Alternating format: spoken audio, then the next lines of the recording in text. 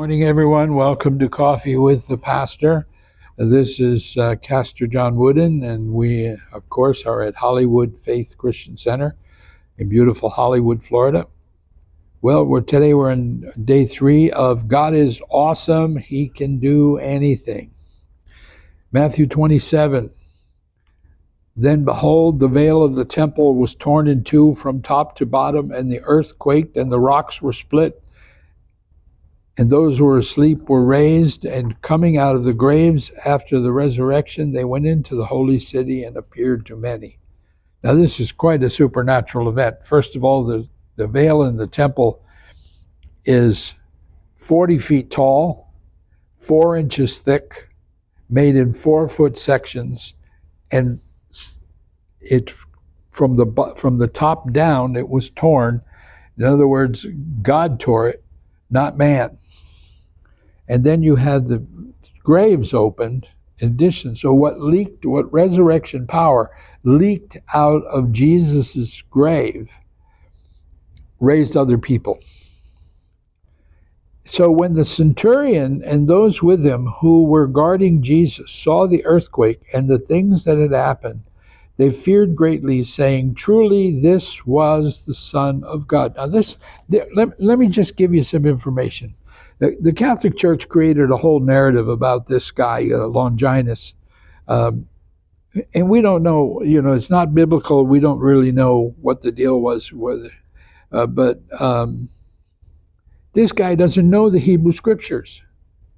He doesn't read the Hebrew Scriptures. He doesn't know any of this. He's in Judea, probably because he had a bad record in the military. Judea was considered the Russian front of the Roman Empire. The dregs, the people that nobody wanted, the officers who had gotten in trouble and disobedience. Even Pilate, who was the governor, was on his last chance with the emperor. And he was sent to Judea as his last shot and said, if you mess up, you're done. And because why? Because the Jews were very rebellious. They had their own religion. They were very strict about observing it. They wouldn't go into the houses of the governor. Just a difficult, dusty, hot location, not very popular. In Acts 26, the Apostle Paul is before Festus and King Agrippa, and he says, "I'm not mad, most noble Festus," because Festus says to him, "Paul, too much learning is making you crazy." And Paul said, "I'm not crazy, but I know these things, for I'm convinced that none of these things escapes his attention, since the thing is not done in a corner. King Agrippa, do you believe the prophets? I know that you believe." And Agrippa said to Paul, "You almost persuade me to become a Christian." That's amazing. And they were prepared to release him, but Paul pleaded his case to the emperor. So he said, I must go to Rome, because every Roman citizen had the right to appeal their case directly to the emperor. So he says, "But also all who hear me today might become almost and altogether such as I am, except for these chains." So Paul has to preach to the throne in Rome. Now remember, Paul knows that the emperor now is Nero, and Nero hates Christians.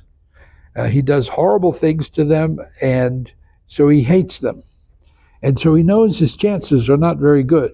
But he says in Romans 1:9, he says, "For God is my witness, whom I serve with the Spirit in the gospel of his Son, that without cleansing I make mention to you always in my prayers, making requests by some means, now at least I may find out a will of God to come to you." He wants to go to Rome. He wants to go there, and he's telling them that in Acts 25. He says this, "For if I am an offender and have committed anything deserving of death, I do not object to dying. But if there's nothing in these things for which men accuse me, no one can deliver me to them. I appeal to Caesar." Then Festus, whom he had conferred with the council, said, You have appealed to Caesar you shall go. And then in Acts 27, we know that that voyage turned out to be bad. They got on the ship and they're floundering in storms. And it says, now I urge you to take heart, for there will be no loss of life among you, but only of the ship. For there stood by me this night an angel of God, to whom I belong and whom I serve, saying, do not be afraid, Paul, you must be brought before Caesar.